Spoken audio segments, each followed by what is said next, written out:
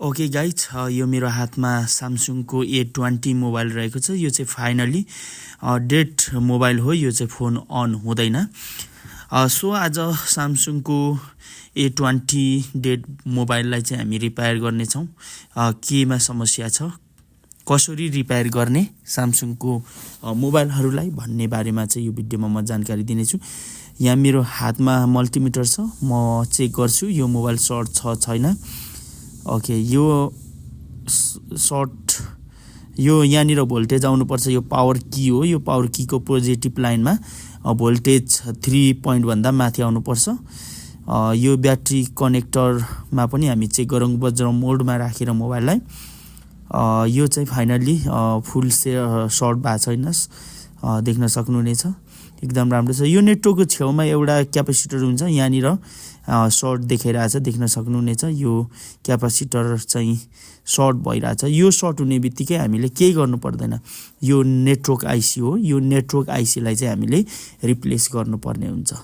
यो मसँग स्यामसङको J4 प्लसको नेटवर्क आइसीसँग ठ्याक्कै म्याच हुन्छ। सो मैले यो चाहिँ यहाँनिर म रिप्लेस गर्छु। देख्न सक्नुहुनेछ यो स्यामसङको A20 मोबाइल हो। यो चाहिँ अब म हटगनको माध्यमबाट यो आइसीलाई डाइरेक्टली निकाल्छु। त्यसपछि म फेरि त्यो अर्को स्यामसङको J4 प्लसको आइसीलाई यहाँनिर लगाउनेछु। ठिक्क एयरमा राखेर हाम्रो हटगनको माध्यमबाट यो निकाल्नु पर्ने हुन्छ। स्यामसङको प्राय गरेर मोबाइलहरू नेटवर्क आइसी सर्ट हुने गर्दछ।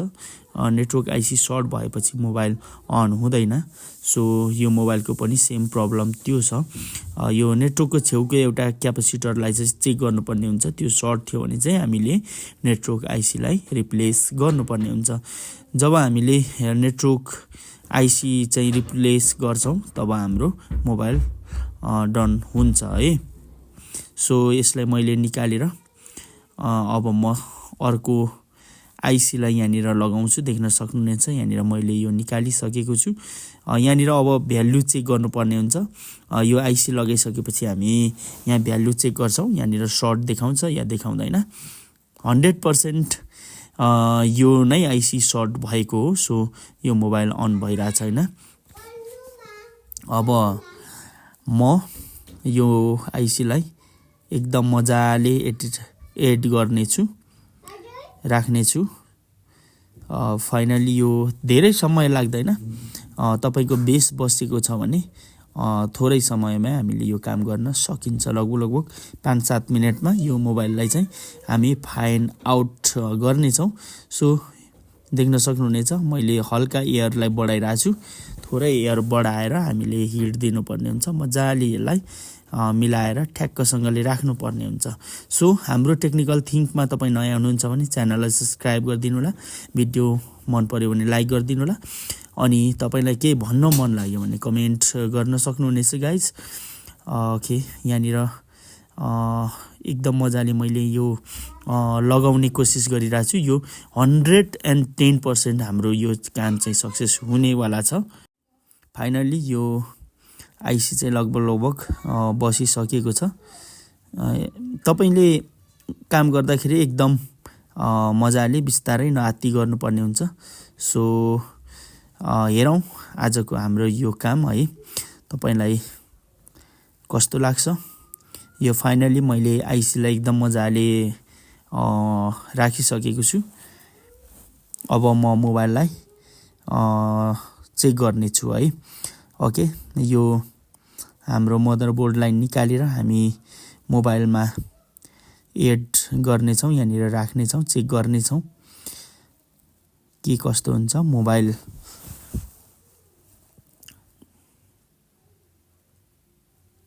ओके, सबैभन्दा पहिला यो सबै क्लिपहरू एकदम मजाले लगाउनु होला।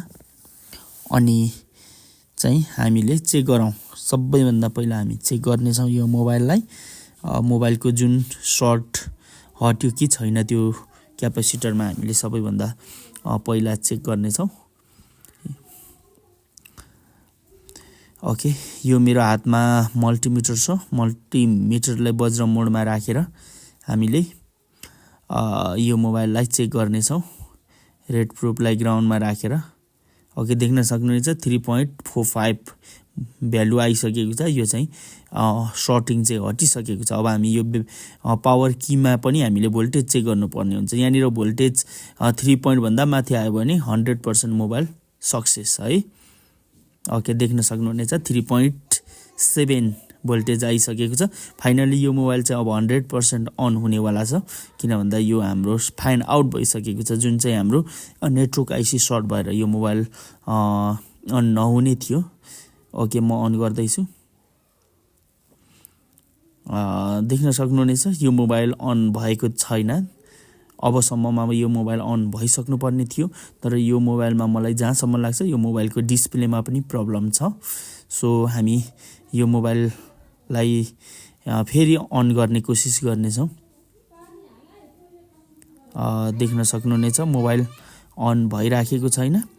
हामी चार्ज गरेर पनि हेर्नेछौँ। चार्ज गर्दाखेरि एकदम मजाले चार्ज लिएको छ भने चाहिँ 100% यो डिस्प्लेमै प्रब्लम हो, किन भन्दा मलाई अघि डाउट लागिसकेको छ। सो हामी चार्ज एकचोटि गरेर हेर्नेछौँ। यहाँनिर मैले चार्जिङ देखाउन सकिनँ। हामीले यो डिसी चार्जरबाट चार्ज लगाइरहेको छौँ, तर यो डिस्प्ले 100% मोबाइल मजाले चार्ज भइराखेको छ। 1 पोइन्ट भन्दा माथि एम्पियर खाइराखेको छ मोबाइलले। सो अब हामी यो मोबाइललाई केही नगरी हामीले नयाँ डिस्प्ले लगाएर एकचोटि मोबाइललाई ओपन गर्नेछौँ, अनि के हुन्छ हेरौँ। यो मोबाइललाई म फेरि पनि ट्राई गर्दैछु। हामीले एकदम झन्झट नमानी मोबाइललाई एकदम मजाले चेक गर्नुपर्ने हुन्छ, बनाउनु पर्ने हुन्छ।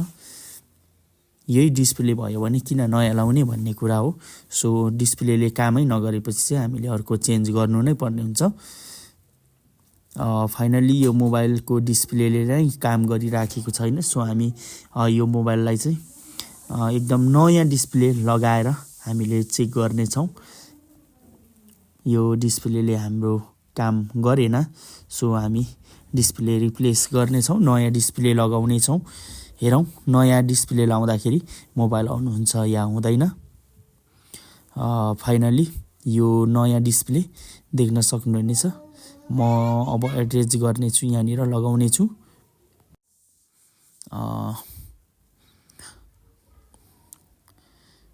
ओके, मैले यहाँनिर म्यानुअली एकैछिन मात्र यहाँ चेक गर्नको लागि यो एट्याच गर्नेछु।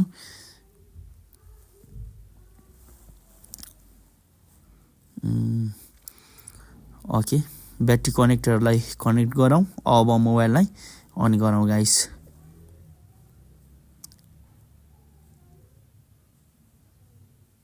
ओके, देख्न सक्नुहुनेछ फाइनली स्यामसुङ ग्यालेक्सी A20 भनेर यो ओपन भइसकेको छ मोबाइल।